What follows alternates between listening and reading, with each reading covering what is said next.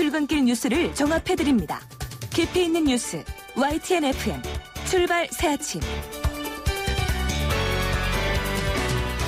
신율의 출발 새아침 3부 순서 시작합니다.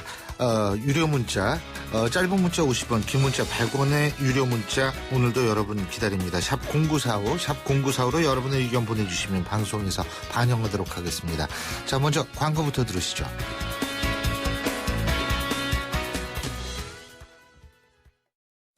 아유, 세 단계 종이 또 걸렸어? 정말 제본 하나 하려다가 미치겠네. 내가 진작 현대오피스로 바꾸라니까. 오늘 다 날 셀 거야. 이제 스트레스 받지 마세요. 사무기기 전문기업 현대오피스가 책임지겠습니다. 사무기기의 올바른 기준 현대오피스. 자, 따라해보세요. 이카운트 ERP 4만원. 회계관리, 이카운트 ERP 4만원. 재고관리, 이카운트 ERP 4만원, 생산관리, 사업 성공 함께해요. 이카운트 ERP의 모든 기능을 월 4만원에 드립니다. 이카운트 가입비 부가세 별도. 고객님 사랑합니다. 배우 박서연이에요. 제가 뭘 잘 잊는 걸로 소문나 있잖아요. 근데 딱 한 가지 안 잊어먹는 게 있답니다. 대리운전 번호 2588 말이죠. 2588은 안 되는 노래까지 되더라고요. 좌우로 정렬 2588. 송곳 같은 말, 허무한 말, 우리가 주목해야 될 말을 전해드립니다. 왁자지껄, 말.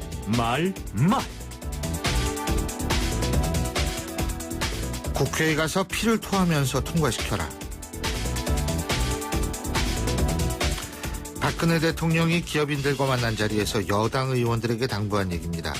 박근혜 대통령은 연일 법안들이 통과되지 못한 데 대해서 안타까움을 표시하고 있습니다.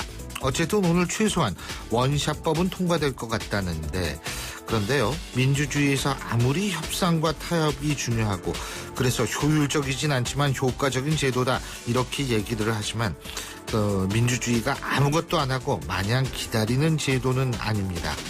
지금 우리 국회에서는 협상과 타협 때문에 법안 통과가 지연되는 걸까요? 아니면 고집만 난무하고 시간만 보내고 있는, 바로 그렇기 때문에 법안 통과가 안 되고 있는 걸까요? 판단은 여러분, 유권자의 몫입니다. 약간 좀 모자란 듯한 표정을 짓는 것이 한결 낫다. 새누리당 김을동 최고위원이 총선에 출마하는 여성 예비 후보자들에게 한 얘기입니다. 김을동 최고위원은 이 자리에서 우리나라 정서상 아직까지 여성이 너무 똑똑한 척을 하면 굉장히 밉상을 산다는 얘기도 덧붙였는데요. 여성 정치인들의 존재가 여권 신장을 의미하는가에 대해선 여러 이론들이 부딪힙니다. 그렇다 안 그렇다 이런 주장들이 있다는 건데요. 하지만 확실한 건 여성 정치인들이 많을수록 어린 여성들, 어린 여학생들의 롤모델이 많아진다는 건 확실하고요. 그래서 여성들의 정치계의 진출이 활발해진다는 겁니다. 이렇게 되면 여권 신장도 자연스럽게 이루어집니다.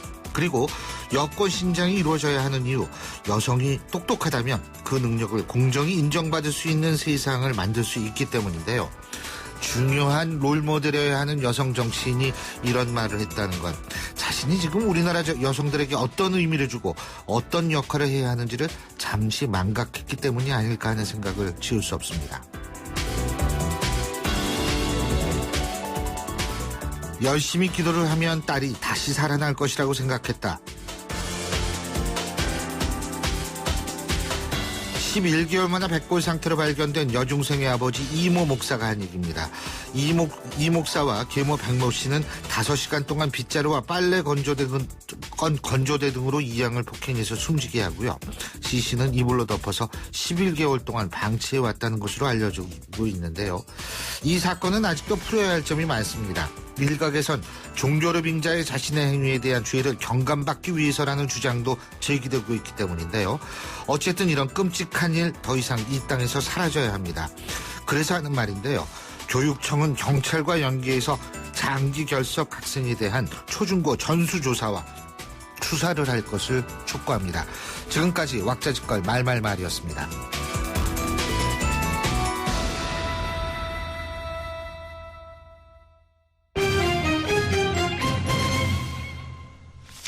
경제 뉴스 알아보겠습니다. 최요한 경제평론가 전화 연결합니다. 안녕하십니까? 예, 안녕하십니까. 최요한입니다. 정부가 연초부터 소비 절벽과 수출 부진으로 경제에 빨간불이 켜지니까 이게 긴급히 재정 조기 집행과 같은 이 수요 진작 대책을 꺼내들었다고 그러죠? 예, 기획재정부가 어제 최근 경제 동향과 대응 방안이라는 보고서를 이제 발표했는데요.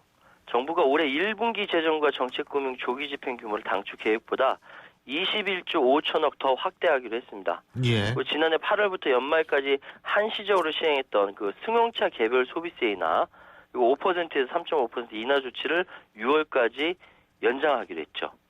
그런데 문제는 이 같은 경기 부양책에 대한 실효성 논란이 제기되고 있어요. 예. 그러니까 단순히 하반기에 투입할 자금을 1분기에 당겨 쓴다.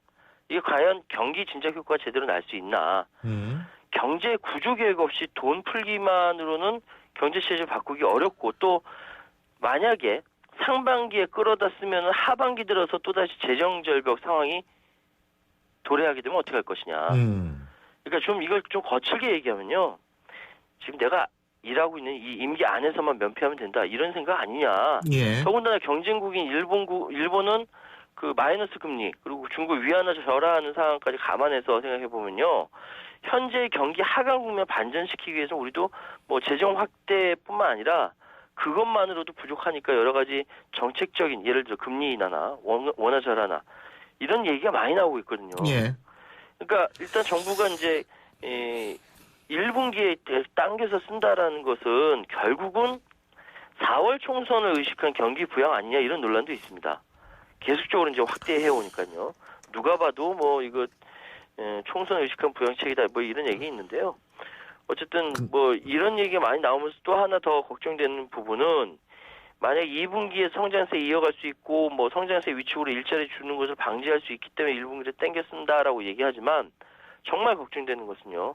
도대체 우리 경제 체질을 바꾸기 장기적인 집중 안목에서의 이런 프로젝트들 이거 도대체 언제 합니까? 맨날 경제 위기라고 땡겨 쓰기만 하면. 근데요, 이게 금리 인하를 만일 하게 된다면 지금 원화가 1,200원대를 훨씬 넘어섰습니다. 예, 그렇다면은 이 소위 말하는 달러의 해외 유출 현상이 더 가속화될 가능성이 있고 그렇게 되면 원화는 더 올라가고 이렇게 되면은 사실은 수출은 모르겠습니다만 수입 같은 데 문제가 생기고 그런 측면이 있기 때문에 이것이 반드시 총선으로 의식한 경기 부양이 아닐 수도 있다라는 의견도 있는 것 같더라고요. 예, 물론 그런 의견도 있고요. 근데 문제는 지금 당장 발등에 떨어진 불을 끄기 위한 조치가 사실 이렇게 1분기로 당겨서 앞부분에 상반기로 당겨서 쓰는 이런 정책이 사실은 노무현 정권 때부터 그랬고요. 이명박 박근혜 정부 계속 같은 경제 관료들이 계속 그렇게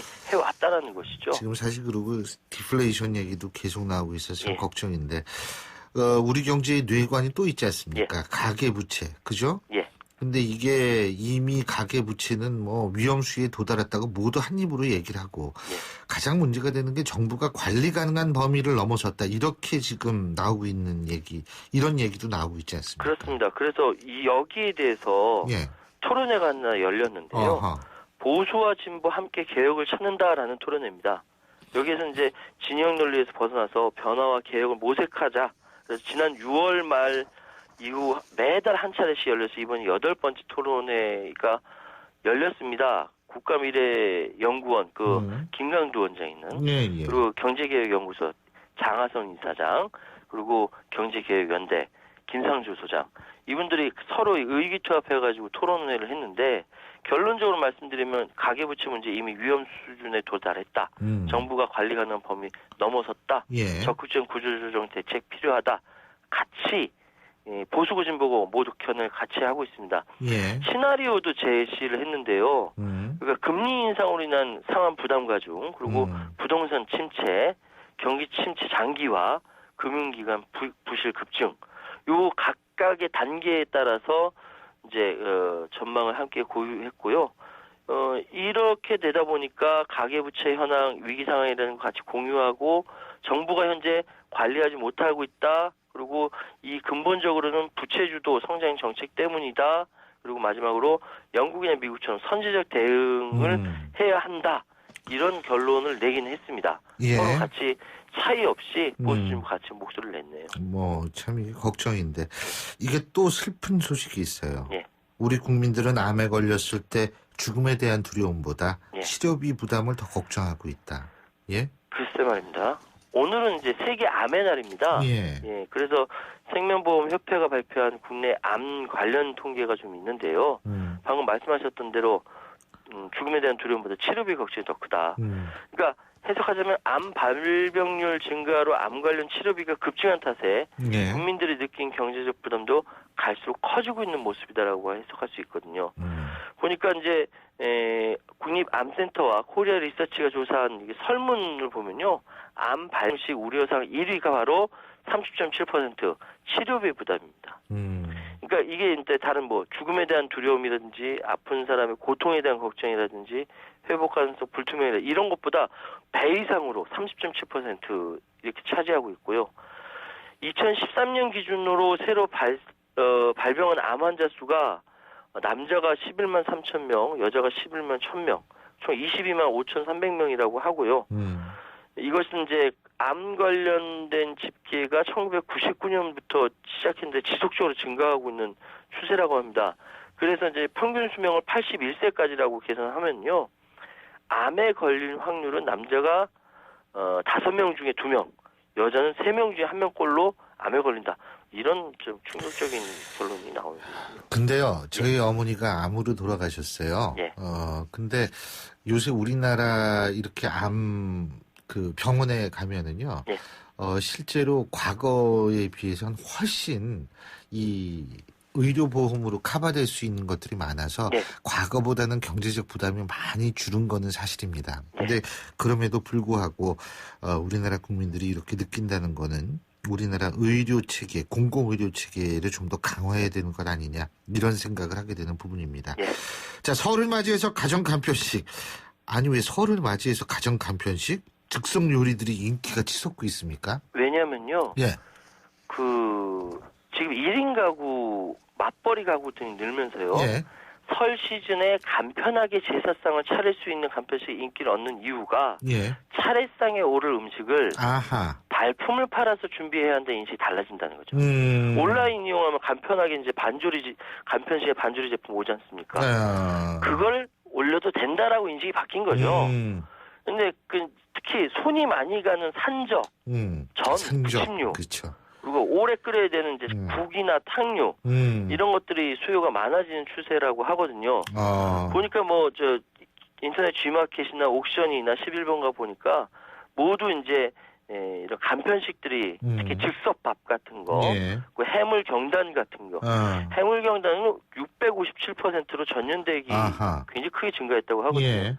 이런 것들은 시대가 바뀌다 보니까 차례상에 올리는 것도 간편하게 알겠습니다. 하는 것이다. 예. 그래서 괜찮다라고 인식하고 있기 때문에 예. 인기를 얻고 있다라는 겁니다. 또 부인이 음식을 잘 못하면은 즉석식품이 더 맛있을 수도 있어요. 오늘 말씀 여기까지 듣겠습니다. 고맙습니다. 예. 예, 최호한 경제평론가였습니다.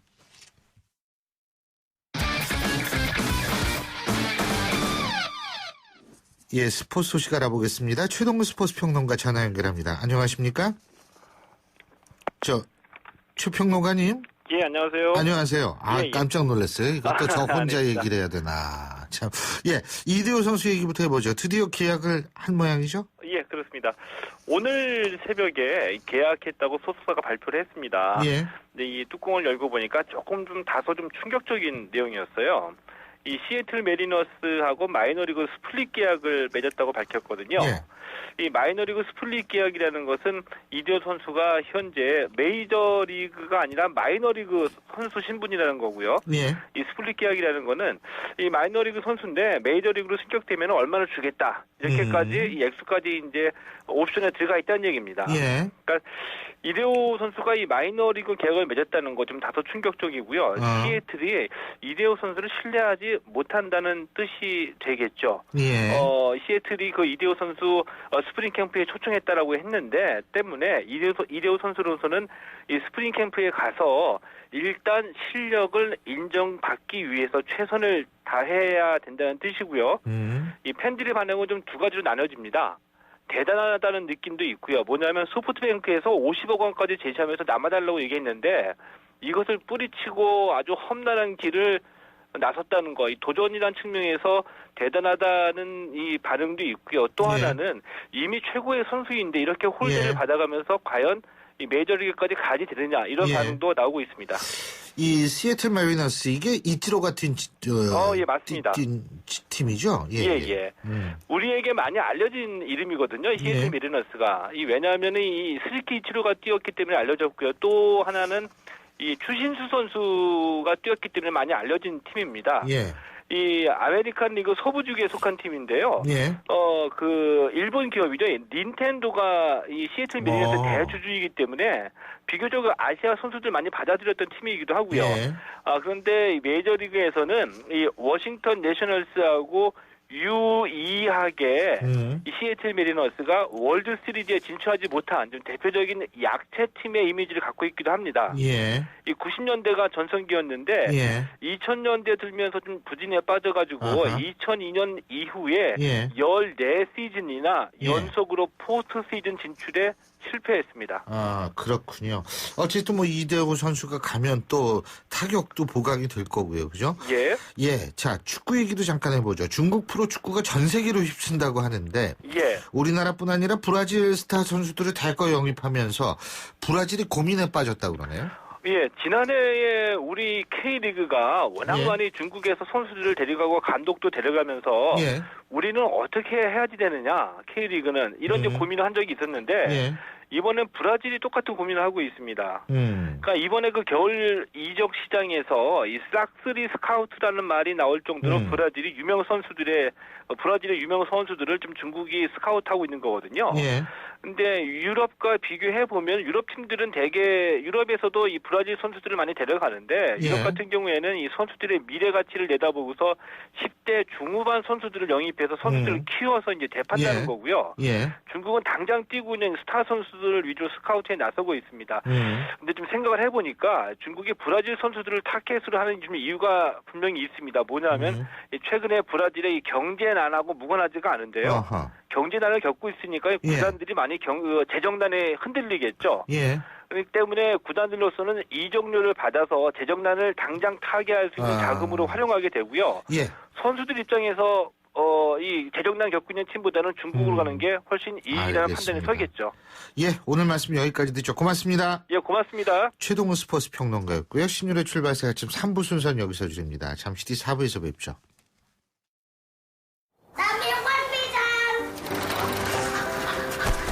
학교를 향해 누아는 페달을 밟는다. 가난이 따라오지 못할 만큼 힘차게.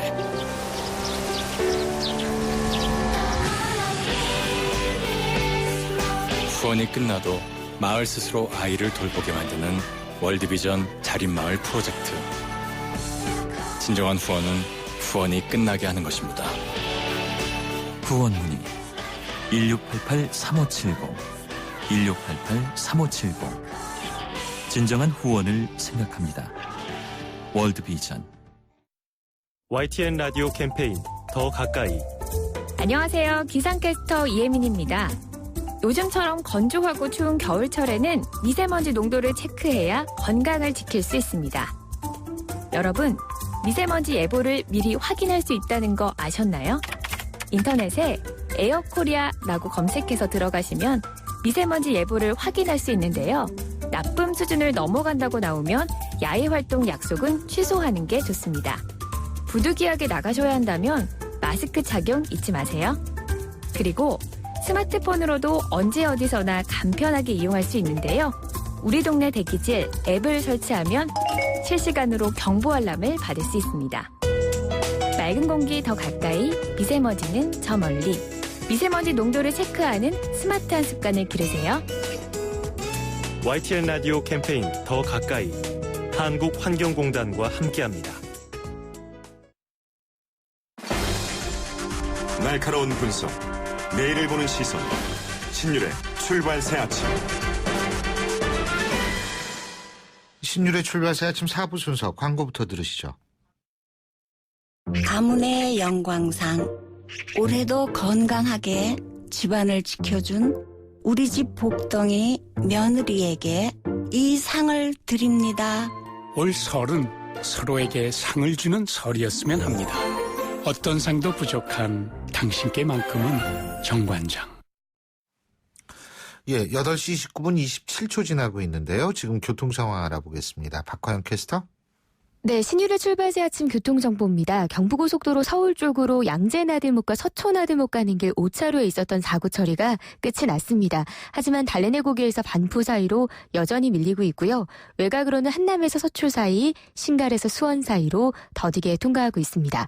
도심에서는 종로가 서대문 가는 길 신설동역에서 흥인지문까지 차가 많아서 더디게 통과하고 있고요. 내부순환로는 성산동 쪽으로 많이 밀리는데요. 정릉터널에서 연희램프까지 시속 20-30km 내외로 통과하고 있습니다. 반대 성수동 쪽으로는 비교적 수월하게 이동합니다. 신유래 출발새 아침 교통정보였습니다. 영화로 뉴스를 읽어보는 시간. 시네마인 뉴스.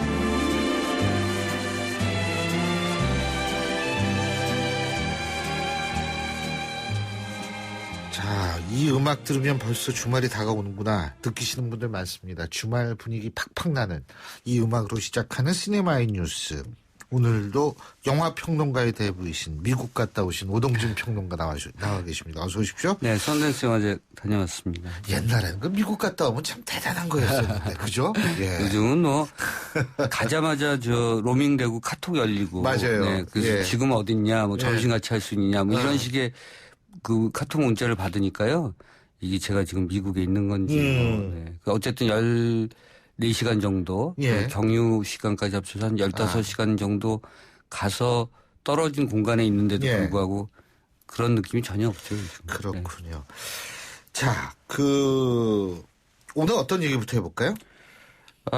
내부자들 얘기를 좀 잠깐 언급 제가 하겠습니다. 그 내부자들은 요새 정치권에서도 인기예요. 네. 네. 그 조홍천. 네, 네. 맞습니다. 자신 내가 이병헌이다. 이병헌이다. 네. 아닌 것 같은데. 어쨌든. 영화를 좀 안 보신 것 같은 느낌이 좀 들었습니다. 네, 어쨌든 간에 그 내부자들이 지금 900만을 훨씬 넘기는 그런 기염을 토했는데요. 예. 2시간 10분짜리 영화가 700만 정도 됐고요. 나머지 3시간짜리가 따로 개봉되었고 역시 200만 가까운 관계를 모았는데 속을 들여다보니까 극장이 조금 심한 횡포를 부렸다 이런 얘기들이 나오고 있는 거죠. 이제 보통 이제 10,000원을 내면 예. 관객들이 10,000원을 내면 보통 극장과 영화를 만든 필름메이커가 그 필름메이커는 여기엔 배급사도 있고 제작사도 있고 뭐 이렇죠. 어쨌든 필름메이커와 극장 사이에 5대5 비율로 그 수익을 나누거든요. 그러니까 10,000원을 받으면 5,000원씩 나눠 갖는다는 거죠. 네. 그런데 이제 그 극장 측에서 이번에 9,000원을 가졌다는 거죠. 네. 그러니까 더 많은 그러니까 극장을 그렇죠. 배정을 한다 이거죠. 그렇죠. 더 많은 극장을 열어주는 조건으로 이걸 이제 극장 부율이라고 하는데요. 수익을 나누는 비율을 극장 부율이라는 표현을 쓰는데 5대5에서 9대1로 훨씬 많은 그런 수익을 가져갔다고 해서 영화계 사이에서는 지금 말이 많습니다. 이게 극장의 횡포가 아닌가. 유통망을 갖고 있는 사실은 통신사들 횡포 늘 얘기하잖아요. 네. 그래서 이 단말기 유통법, 단통법이 네. 시행이 되죠. 극장들도 사실 유통사죠. 쉽게 말씀드리면. 극통법이 생겨야 된다 네. 이거군요. 그런 측면에서 영화를 조금 더 많이 열어주는 조건, 뭐 좌판을 더 깔아주는 조건으로 물론 이제 그것이 좀 약간 왔다 갔다 할 수 있습니다만 모든 것은 사실은 상식선에서 움직여야 되는 건데요. 맞아요. 과도하면 문제가 되는 거죠. 진짜 우리 오동진 평론가님이 많은 말씀하셨어요. 네. 상식대로만 움직이는 세상이라면 문제가 없죠, 사실. 그러면 이제 YTN이 안 되는 거죠. 뉴스가 없어졌어요. 그렇죠. 네. 저 같은 사람 지금 뭐 하고 먹어요. 그게 이제 딜레마인데요. 네. 어쨌든 간에 농담입니다만 과도하면 안 되는 거고요. 사실은 이런 극장 부율 문제에 있어서 일정 정도의 어떤 워칭이 좀 있어야 된다 이런 생각이 좀 들고 극장의 여러 가지 횡포에 대해서 사실은 제가 좀 우스갯소리 같은 말씀을 드리면 제작자는 아마 일정 정도 관객을 모으면 배우나 감독에게 인센티브를 주기로 돼 있을 겁니다. 계약에 따르면. 200만 관객을 넘겼으니까 인센티브를 줘야 되는데 극장이 90%를 가져가니까 그러니까 관객은 많이 왔는데 인센티브를 줄 돈이 지금 오히려 모자란 거죠. 손해인 거예요. 그러니까 이런 그 이상한 현상이 벌어지니까 시장이 지금 훼손되는 겁니다. 그러니까 이런 측면에서는 조금 말씀드린 대로 그러면 그 인센티브 극장한테 받아야겠네요. 안 주죠. 안 주죠. 물론. 모든 건 계약에 따라 움직인다고 하는 그런 법칙이 있어서 또 어쨌든 이런 부분들은 좀 불합리하다. 이런 게 좀 느껴졌습니다. 이 영화 잘 만들고 잘 되고 화제를 모으고 그런 성과를 나눠 가져야죠. 당연하죠. 네. 한국 사회가 자꾸 그 성과를 우리나라가 아무리 몰아주기가 그 버릇인 나라라고 그래도 한쪽이 90% 가져가는다는 건 좀 그러네요. 네. 이 독식 구조는 무슨 뭐 미국 대통령 선거입니까? 그 위너 테이크스 올처럼 글쎄 말이에요. 이러면 안 되는 거죠. 네. 자, 우리 오동진 평론가께서는 서울에 계시죠, 그죠? 네, 저는 아버님을 모신 곳이 이제 이쪽 서울 근방이어서요. 아버님한테 잠시 뵙고 돌아가신 지가 벌써 한 6년 되셨는데요. 그 외에는 사실은 오히려 저는 서울 도심 공간이 이렇게 오랜만에 비게 되는 것을 좀 즐기는 편입니다. 그렇죠. 극장 가고요. 못 봤던 영화들 다 챙기거나 뭐 등등. 보통 극장에서 시간을 보낼 때가 많습니다. 연휴 기간 동안에. 그러면 설날에 지금 근데 이제 사실 우리 오동진 평론가님처럼 이 서울을 지키시는 분들도 많거든요. 그죠? 네. 자, 그러면 이분들이 주로 영화를 보나요? 아마 그러지 않으실까 싶어요. 그리고 그 가족끼리 영화를 보기보다는 가족들도 일부 이렇게 좀 편을 갈려줘서 영화를 보는 것 같은데요. 아들을 가지신 분들은 대체로 아들하고 극장 가는 것 같지 않고요. 딸들이 엄마 아빠를 데리고 딸들이 역시 엄마 아빠하고 같이 극장을 가는 구조가 좀 많습니다. 그래서 딸을 가지신 분들이 극장을 가는 경우가 많이 보이고요. 아들은 자기 애인하고 가거나 이제 그런 것 같아요. 그래서 아마 딸도 애인이란가요? 그 딸이 애인인 거죠. 네. 아니, 딸이 애인 있으면 애인이랑 간다니까. 그렇구나. 네. 그래도 그 딸은 2번은 가는 것 같아요. 애인하고도 가고, 그리고 아빠나 엄마하고도 가는데, 아들은 아빠하고 엄마하고는 안 가는 거죠. 네. 어쨌든, 아마 그 안 보신 분들은, 가족끼리 볼 만한 영화 중에 조금 정렬한 그 세기가 좀 있습니다만, 레버넌트 죽음에서 돌아온 자, 안 보신 분들이라면 이걸 한번 권해드리고 싶고요. 2시간 38분짜리 영화인데, 1800인가요? 네, 1823년이 배경인 미국이고요.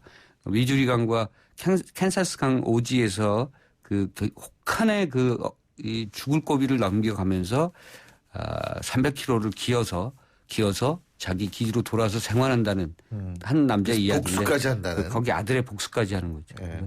그 인디안과 그 당시 1820년대 미국 그 공간, 그 오지의 공간에서 가장 무서운 존재가 둘이었는데 하나가 인디언과 하나가 회색곰인 거죠. 회색곰에 물어뜯기는 장면, 레오나르도 디카프리오가 물어뜯기는 장면은 한국이 컴퓨터 그래픽 기술이 굉장히 발달했음에도 불구하고 그거는 진짜 그 할리우드의 CG 기술보다는 아직 한 수 아래다. 맞아요.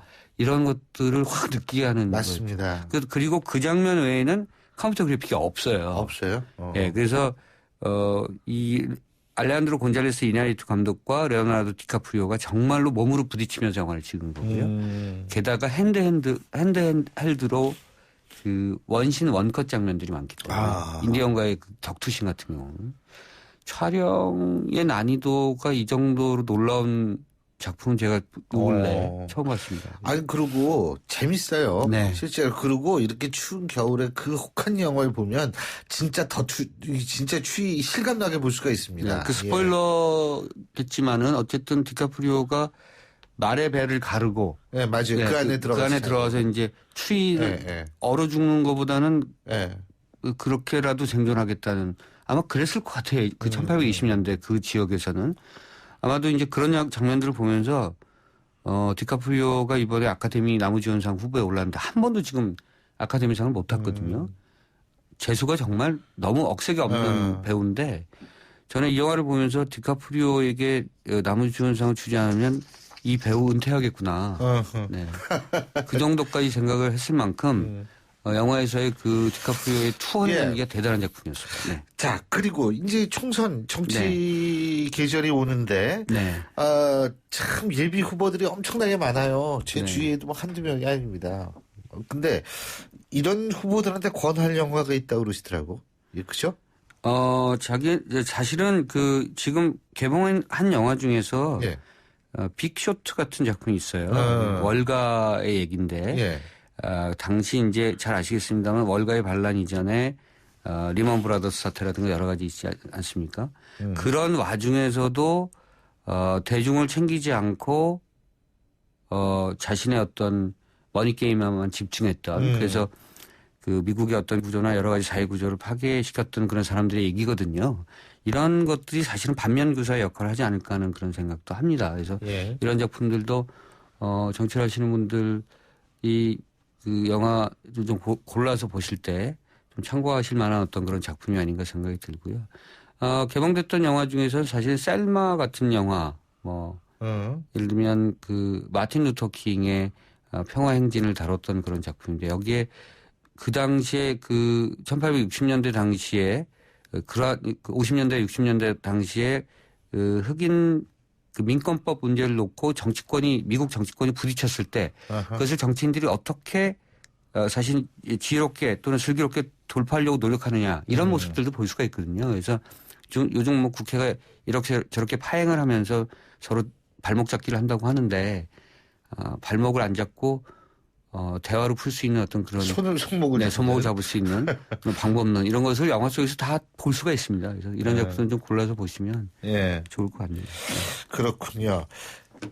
그 영화인 하시는 분들이 출마하시는 분들은 없죠 이제.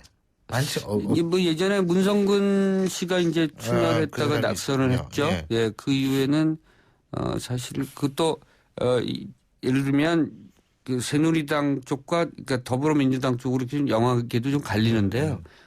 이번에는 눈에 띄는 분은 없는 것 같습니다. 그래서 다만 이제 그 정치적 지지를 어느 쪽으로 하느냐, 그런 단체의 힘으로 집단의 힘으로 어느 쪽으로 몰아가느냐 이런 것들은 얘기가 좀 되고 있는 것 같아요. 근데 저는 사실은 이런 생각이 드는 게 뭐냐면 제발 좀 그 각자 이 영역에서 일을 하시는 분들은 그 영역을 좀 지켜줬으면 좋겠어요. 저는 영화로 얘기하면 되는 거죠. 자기의 정치적 의지를. 그게 또 좋죠. 아니 자기 위치를 지키면서 얼마든지 자기의 정치적 입장이나 의사는 표현할 수 있는 세상이거든요. 그러니까 이게 꼭 제가 제일 듣기 싫어하는 말이 뭔지 아세요? 국가와 국민을 위해서 이 나라를 위해서 내가 정치를 한다. 전 그 소리가 제일 듣기 싫어요. 그렇다면 사실은 현장에서 자기 입장에서 얼마든지 그걸 할 수가 있는데.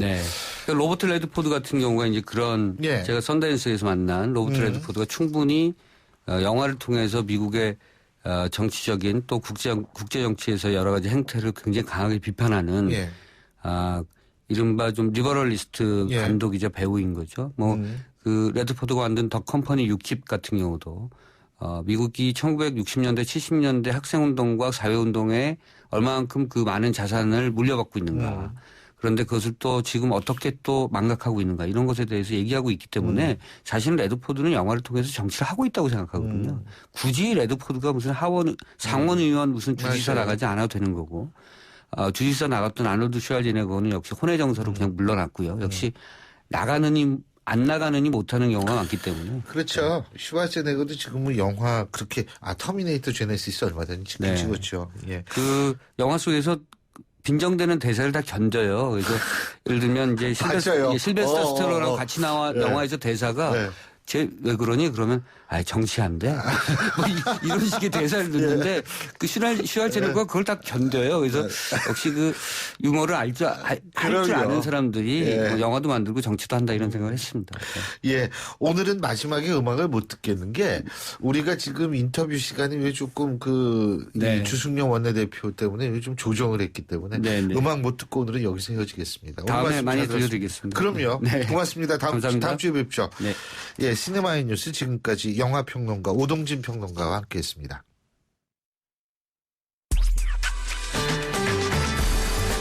여러분은 지금 FM 94.5MHz로 방송되고 있는 신율의 출발 새 아침을 듣고 계십니다.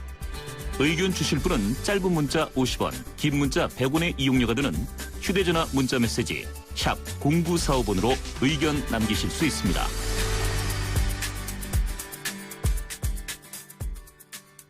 요새 정치권은 정말 사람들의 이름이 너무나 많이 오르내리고 있습니다. 예를 들면은 이름이 오르내리고 있는 거, 지금 정계 은퇴 선언을 하고 강진에 머물고 계신 분이죠. 이 손학규 전 대표, 그리고 지금 더불어민주당의 김종인 위원장, 이상돈 교수, 이런 분들 정말 일일이 열거하기 힘들 정도인데, 요새 또 부쩍 다시 이름 오르내리고 있는 분 중에 하나가 역시 이분도 칩거하고 계신 분인데 정동영 전 장관입니다. 지금 정동영 전 장관과 안철수 의원, 김한길 의원, 그리고 천정배 의원 어떤 역할 분담이 될지 별 얘기 다 나오고 있는데요. 자, 오늘은 이 부분에 대해서 한번 입장 들어보겠습니다. 국민의당 주승용 원내대표 연결합니다. 안녕하십니까? 안녕하세요. 주승용입니다. 예. 요새 되게 정신없으시죠, 그죠? 지금 새벽에 지금 서울서 내려와가지고 강동 118 매역에 지금 가고 있습니다. 저희가 그래서 웬만하면 순서를 안 바꾸는데 워낙 바쁘실 것 같아가지고 오늘 특별히 진짜 순서를 바꿨습니다. 인터뷰 순서가 이게. 예. 좀 크게 말씀해 주십시오. 잘 사안이라서 잘 안 들립니다. 이거 중요한 말씀하셨는데 못 들으셨네. 저기요. 지금 정동영 전 의원 거취가 관심인 것 같아요. 일각 언론에서 보도되는 건 정동영 전 의원은 전북을 맡고, 그 다음에 천정배 의원은 전남 광주를 맡고, 그 다음에 안철수 의원과 김한길 의원은 서울 수도권을 맡는다. 이런 얘기가 있는데 맞습니까? 아직 아무래도 그쪽 지역에 연고가 있다 보니까 그쪽 지역의 영향력이 클 것이다. 예. 라는 차원에서 말씀을 하신 것 같고요. 예. 정동영 전 장관도 지금 아직 입장 표명이 확실히 안 된 것으로 알고 있습니다. 예. 아니, 설 연휴 때 고민하시다가 예. 아마 설 연휴 지나고 입장 발표가 있을 것으로 알고 있습니다. 예. 근데 한 가지 확실한 거는 정동영 전 장관 같은 경우에 더불어민주당은 안 간다라는 입장을 확실히 한 것 같더라고요. 국민의당은 고민하고 있다 이렇게 돼 있는데 지금. 그렇게 알고 있습니다만 무소속 연대를 하실 것인지 예. 아니면 우리 국민의당과 함께 할 것인지 아마 설 때 고민하시겠죠. 무소속 연대라는 건 박지원 전 원내대표와 한다는 건가요? 그건 아니고 전라북도에서 아마 출마를 하신다면 전라북도 내에서 별도의 또 연대를 하시지 않겠나 이렇게 지금 관망을 하고 있죠. 예. 자, 또 하나 중요한 건 총선 전 교섭단체 구성 가능하냐. 이 부분에 있어서 말들이 좀 많은데 어떻게 보십니까? 저희들은 설 전에 교섭단체를 목표로 하고 지금 부지런히 노력 중입니다만은 아무래도 우리 당이 최근 들어서 좀 지지율이 정체되다 보니까 선뜻 입장 표명을 하시는 분이 이제 안 계셔서 상당히 좀 고민입니다만은 아마 그제 이제 참가이 되었으니까 우리 당 지지율이 좀 올라가게 되면 저는 그동안 고민하셨던 분들께서도 우리 당 쪽으로 오시지 않겠느냐라고 해서 지금 설 전에 지금 가급적이면 한두 석이라도 더 늘리려고 노력하고 있습니다. 예. 그거는 당연하겠죠. 그런데요, 지금 지지율 말씀하셨는데, 일각에서는 지금 더불어민주당의 지지율이 조금 오르고, 국민의당이 좀 정체가 돼 있다. 이런 얘기가 원인 중에 하나가, 이른바 김종인 위원장 컨벤션 효과 때문에 그렇다. 이런 분석이 있는데 동의하세요? 네, 어느 정도 일정 부분 인정하고요. 이제 저희들은 창당한 지가 지금 50일 만에 창당을 했고요. 그렇죠. 지금 거의 110명의 더불어민주당과 저희 17명의 국민의당과는 단순주의라는 것은 의미가 없고요. 또 그나마 지금 20% 지지율까지 갔다가 조금 정체된 것은 저는 그래도 다행이라고 생각을 하고 이제 저는 우리 당이 잘하는 것도 중요하지만 더불어민주당이 문재인 대표 사퇴하고 나서 더불어민주당의 김동인 위원장이 들어오시고 나서 좀 반짝 효과가 있지 않나 이렇게 생각을 합니다. 우리 당이 이제 좋은 인물 영입하고요. 중도 개혁정당으로서의 정체성을 확실히 정립하고 그에 맞는 정책을 만들어낸다면 이제 저는 지지율이 반드시 올라갈 것이라고 생각합니다. 예. 지금 좋은 인물 영입하고 이런 표현 하셨는데요. 네네. 자, 조홍천 전 청와대 공직기강 비서관 더불어민주당으로 입당을 했습니다. 기회가 있었다면 국민의당에서도 러브콜을 보낼 걸 그랬다. 이런 후회는 없으십니까? 뭐 러브콜을 보냈는지 안 보냈는지는 모르겠습니다. 아니요. 후회는 보낼 걸 그랬다. 예, 후회는 없으시. 안타깝다. 야, 우리 쪽으로 끌어와야 되는데 이런 생각은 없어요? 뭐 저희들은 뭐 워낙 이제 신생 정당이기 때문에 예. 사실 인물을 나는 겪고 있습니다. 예. 그러니까 저희와 정체성을 같이 하시는 분들이면 저희들은 뭐 덧셈의 정치 차원에서 받아들이고 있는데요. 이제 조홍천 그 전 공직기강 비서관의 영입은 지금 현 정부의 청와대에서 주로 사정이라든지 내부 감찰을 담당하신 분이기 때문에 정부나 여당에서는 상당히 좀 불편해하실 것 같아요. 그렇죠. 뭐 상도이다 뭐 이런 얘기도 나오는 것 같더라고요. 예. 그래서 저희들도 그 부분에 대해서는 뭐 생각을 못했습니다만은 신중하게 그게 참 묘수가 될런지 악수가 될런지는 잘 지켜봐야 할 것 같습니다. 반드시 바람직한 것만은 아닐 수 있다. 그죠? 그렇습니다. 예. 그렇군요. 그런데요. 지금 국민의당 같은 경우에는 이번 총선에서 몇 석을 목표로 하고 계십니까? 원내대표로서 생각하실 때. 많을수록 좋죠. 물론 그렇죠. 근데 이제 우선 저희들은 호남에서 제1당이 되고 싶고요. 예. 또 수도권에 지금 저희들은 현역 의원이 거의 없지 않습니까? 예. 어제부터 총선 후보자 공모에 들어갔는데 오히려 현역 의원이 수도권에 없다 보니까 좋은 인물들이 많이 우리 당을 놓고 하고 있습니다. 저는 저게 상당히 우리 당의 기회라고 생각하고 있고 저희 당이 아까 제가 이야기했다시피 정체성 확립과 좋은 정책을 만들어낸다면 수도권에 좋은 인물들이 의외로 많이 들어오셔서 좋은 성과를 낼 수 있을 것이다. 저는 이렇게 생각합니다. 예. 한 대충 몇 석은 말씀하시기 힘드세요? 뭐 그것은 저희들은 이번에 새누리당 심판해야죠. 반드시 현 정부의 정권 교체를 위해서는. 하지만은 더불어민주당도 저는 국민들께서 심판할 것이다. 라고 생각하기 때문에 더불어민주당과도 함께 싸워야 되고 새누리당과도 함께 싸워야 되는 그런 입장이다 보니까 언론에서는 여러 가지 예상을 합니다만 저희들은 하여튼 최선의 노력을 다 하겠습니다. 한 100석이요? 200석 얻으면 더 좋죠. 200석 얻으면 더 좋다. 저희들이 이제 후보를 모집해서 공천을 해봐야 알겠습니다. 그리고 호남에서 일당이 되고 싶다 이런 말씀하셨는데요.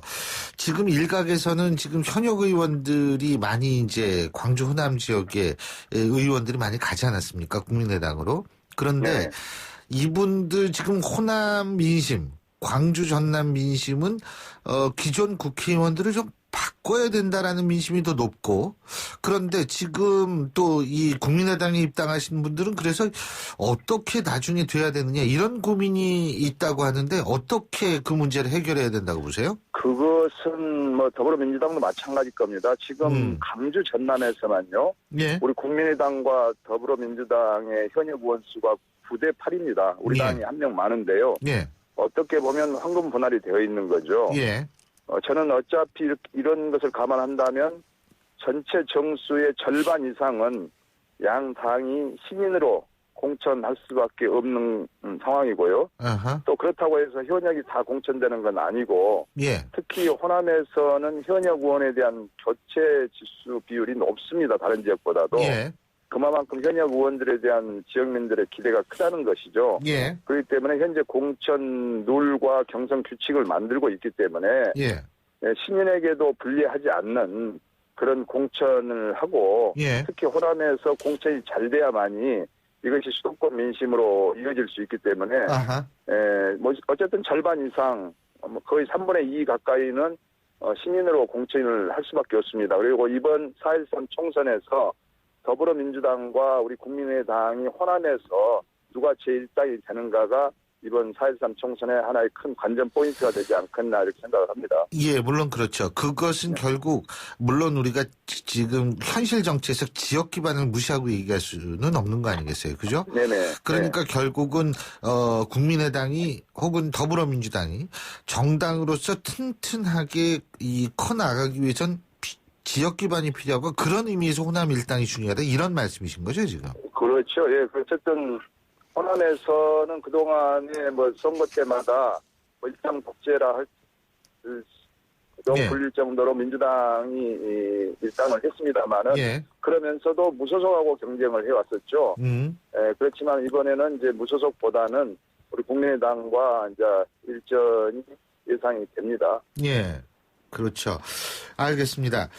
그리고 이제 지금 국민의당 같은 경우에는 원샷법은 통과돼야 된다. 이런 이제 입장을 갖고 있고, 그죠? 그런데 어쨌든 그런 의미에서 더불어민주당 다시 한번 우리가 주목을 하는 이유가 뭐냐면 김종인 위원장의 스탠스가 강경파에 갇혀있는 스탠스인지 아니면 김종인 위원장 자체가 좀 강경한 입장으로 변했는지 여러 가지 얘기가 있는데 어떻게 보십니까?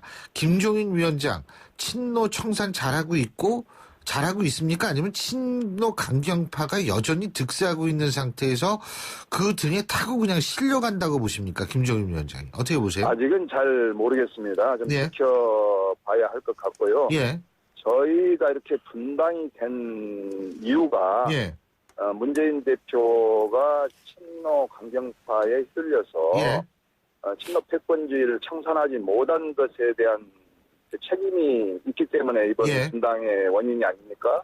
그래서 아마 문재인 대표가 사퇴하고 김종인 위원장이 취임을 했는데 비대위원의 선임 같은 것을 본다면 친노들이 그래도 대부분 많이 또 선정이 되었고 하는 걸 보면 지금은 아직 모르겠습니다만은 이제 공천 때가 되면 확실히 나타나지 않겠는가 이렇게 생각을 합니다. 공천 때가 되면 친노들이 우세할 것이다 이런 말씀이시네요. 그죠? 이제 두고 봐야 되겠습니다. 잘 알겠습니다. 오늘 말씀 잘 들었습니다. 고맙습니다. 네, 감사합니다. 지금까지 국민의당 주승용 원내대표였고요. 자, 신율의 출발새 아침 목요일 순서는 여기서 줄이겠습니다. 여러분 오늘 하루 좀 힘찬 하루 되시길 바라겠고요. 자, 이제 내일만 보내시면 연휴가 시작이 됩니다. 오늘 하루도 아마 그 생각하시면서 보내시면 좀 덜 힘들지 않을까라는 생각이 드네요. 전 내일 아침 7시 15분에 다시 오죠. 신율이었습니다. 고맙습니다.